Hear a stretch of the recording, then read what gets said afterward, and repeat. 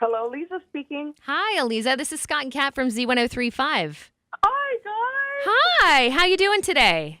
Great. How are you? Very, very good, thank you. You know, Scott and I were just reading over some emails, and we're getting so many heartbreaking emails for the Scott and Kat Christmas list, of course.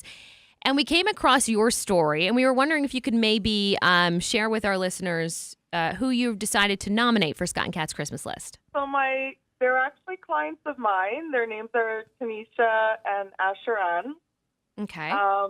They're new to our country. They're actually from the Bahamas. When I met them, they were living in a shelter and were looking for a place to live. They wanted some roots. They wanted to get their son into school into a good neighborhood.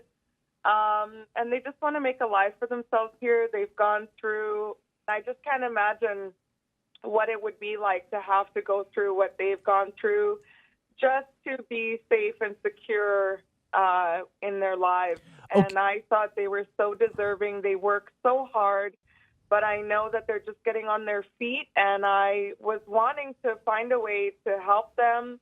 I was going to talk to some of my colleagues at my company to see if there was something we could do to help them out. And then I heard of your contest on the radio one morning and thought I would nominate them and just send you guys an email in. And even if they didn't get it, it would just be me being able to share, what somebody in our city is going through, and especially new to our country, and just wanting to give them a positive experience. Why don't you tell us why you decided to nominate them, like what they've been through? They moved to Canada in June or July. When they got here, they didn't have, obviously, the proper documentation. They were escaping the Bahamas. They're a same-sex couple, so in the Bahamas, it's very looked down upon. That's a nice way of putting it. Their son at school was being bullied and teased for having two moms. Oh. And one of the children at his school had burnt him one day when he found out that he had two mothers. Oh, my gosh. Anybody putting their hands on my child would be, cause for action. And I just can't imagine what that would be like. But they got here. They didn't have the proper documentation.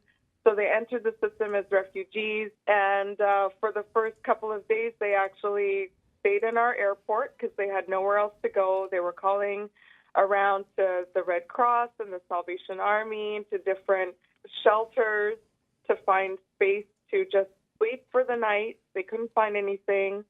Somebody overheard their conversation while they were calling around and actually invited them to their church. And that's where, their life kind of started. And so the church helped them to find this shelter, and they've been there ever since. They were looking for apartments, and I happened to have one advertised online. And when they called me and I just spoke to them a little bit and found out how they got to where they got to, it broke my heart. And I just decided to help them out and help them to find a place to live. And that's where our relationship began. Well, that's good that you're helping them out. That's amazing. And I guess they don't have anything. No, they don't have anything. I mean, one works part-time, one works full-time, but they make minimum wage and, transportation, groceries. They don't have anything. They don't have beds. They don't have bedding. They don't have towels, plates, glasses.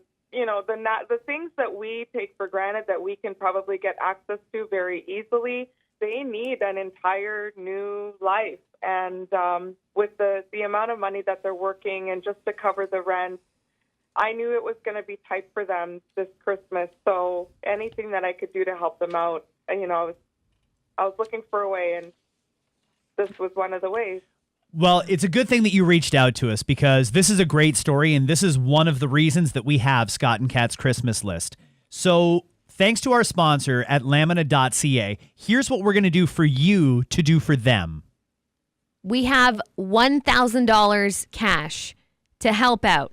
And you mentioned, obviously, they don't have a lot here now that they moved to Canada. So whatever they need to use that for, you give it to them. Do not tell them it came from us at all. Do whatever you need to do, but make sure that it helps with them as they are welcomed here in Canada and obviously their first Christmas here as well.